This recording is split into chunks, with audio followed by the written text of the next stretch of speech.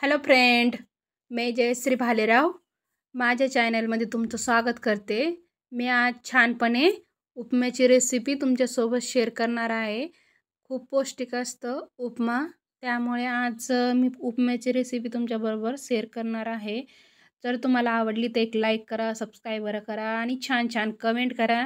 आणि मी काय काय साहित्य घेतले ते तुम्हाला दाखवणार आहे।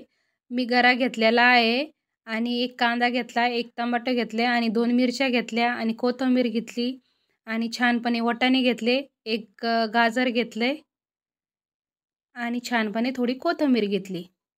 आणि आता मी कढईमध्ये पहिल्यांदा गरा भाजून घेणार आहे। छानपणे थोडा तेल टाकलंय आणि गरा छानपणे आपल्याला भाजून घ्यायचा आहे। जादा तेल नाही टाकायचं, थोडंच टाकायचं आहे आपल्याला तेल। आणि तेल टाकून टाकून छानपणे त्याला भाजून घेणार आहे पहिल्यांदी। आणि आपला गरा छानपणे आपल्याला भाजून घ्यायचा आहे। गरा भाजून झाल्यानंतर कढईमधून काढून घेणार आहे मी आणि परत तेल टाकणार आहे। तेल टाकल्यानंतर आपल्याला त्याच्यामध्ये टाकायचे आहे शेंगदाणे। छानपणे आपल्याला शेंगदाणे लाल गोल्डन होईस्तोवर फ्राय करायचे आपल्याला शेंगदाणे। वाटाणे, गाजर छानपणे आपल्याला तेलामध्ये तळून घ्यायचं आहे। आणि जे तुमच्याकडं जे कोबी पण टाकू शकत आहे त्याच्यामध्ये, पण आता माझ्याकडे नाही आहे। प्रत्येक आपण जेवढं माळवं असतं तेवढं टाकू शकत आहे। खूप छान उपमा होतं, पण आता माझ्याकडे जेवढं आहे तेवढं मी त्याच्यामध्ये टाकलं आहे। आणि तुमच्याकडं कोबी जर असला तर कोबी पण टाकू शकत आहे। प्रत्येकाला शिमला मिरची पण टाकू शकत आहे, पण माझ्याकडे नाही आहे आता।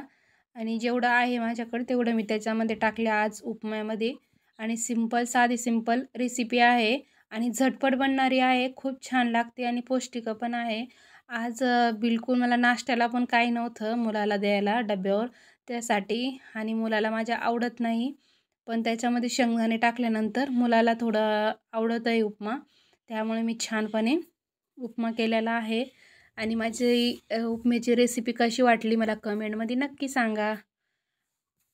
आणि सगळे कांदा, कोथिंबीर सगळं आपल्याला तळून घ्यायचं आहे छानपणे। टोमॅटो छानपणे आपल्याला मिक्स करायचं आहे। मी थोडी कोथिंबीर टाकून घेतली। कोथिंबीर नाही आवडत उपम्यामध्ये कोणाला घरामध्ये, पण तरी पण मी टाकली थोडी।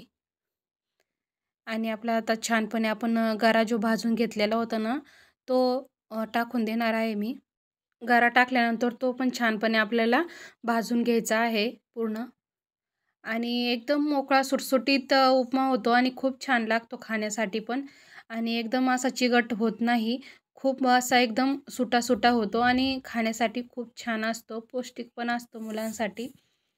आणि मी 1.5 ग्लासभर पाणी टाकलं आहे। 1 ग्लास पाणी टाकलं आणि नंतर अर्धा ग्लास पाणी टाकून घेतलं आहे। आणि छानपणे आपल्याला एकदम सुका आणि सुटसुटीत छान करायचा आहे, त्यामुळे। आणि आपला उपमा तयार आहे खाण्यासाठी। 10-15 मिनिटात बनून होतो आणि खूप छान लागतो खाण्यासाठी। आणि माझी रेसिपी कशी वाटली आणि माझी रेसिपी पाहिल्याबद्दल मी धन्यवाद। आणि आपला उपमा आता खाण्यासाठी रेडी आहे। खूप पौष्टिक असतं मुलांसाठी आणि तुम्ही पण या खाण्यासाठी। आणि माझा उपम्याची रेसिपी कशी वाटली नक्की सांगा। तुम्ही पण छानपणे उपमा बनवून खा। Thank you.